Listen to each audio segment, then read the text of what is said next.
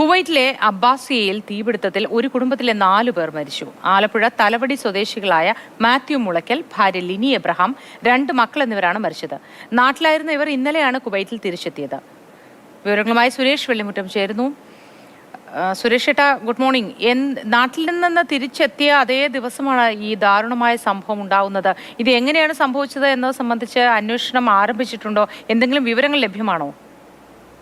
മോദി ശരിക്ക് നാട്ടിൽ നിന്ന് വന്നതിന്റെ പിറ്റേ ദിവസം വ്യാഴാഴ്ച രാത്രിയാണ് ഇവരെത്തുന്നത്. വെള്ളിയാഴ്ച രാത്രി 8 മണിയോട് കൂടിയിട്ടാണ് അപകടമുണ്ടാകുന്നത്.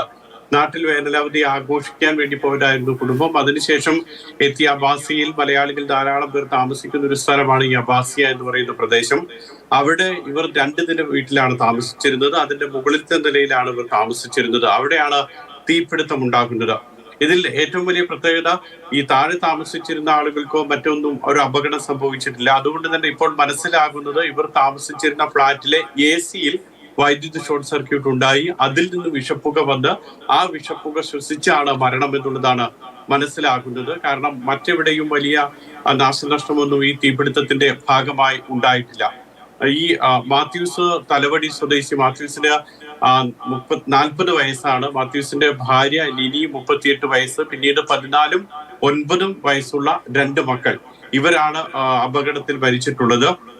ഏതായാലും പോലീസും ഫയർഫോഴ്സും സിവിൽ ഡിഫൻസും ഒക്കെ സ്ഥലത്തെത്തിയാണ് രക്ഷാപ്രവർത്തനമൊക്കെ നടത്തിയതും മൃതദേഹങ്ങൾ തിരിച്ചറിയുകയൊക്കെ ചെയ്തിട്ടുള്ളത്. ഇനിയിപ്പോൾ ഈ മൃതദേഹം ഇപ്പോൾ ആശുപത്രി മോർച്ചറിയിലാണ് സൂക്ഷിച്ചിട്ടുള്ളത്. നാട്ടിലേക്ക് കൊണ്ടുവരാനുള്ള നടപടികൾ പ്രവാസി സംഘടനകളുടെ ഒക്കെ നേതൃത്വത്തിൽ നടക്കുന്നുണ്ട്. ഏതായാലും വളരെ സങ്കടകരമായിട്ടുള്ള ഒരു ദുരന്തമാണ് കുവൈറ്റിലുണ്ടായത്. ശരി.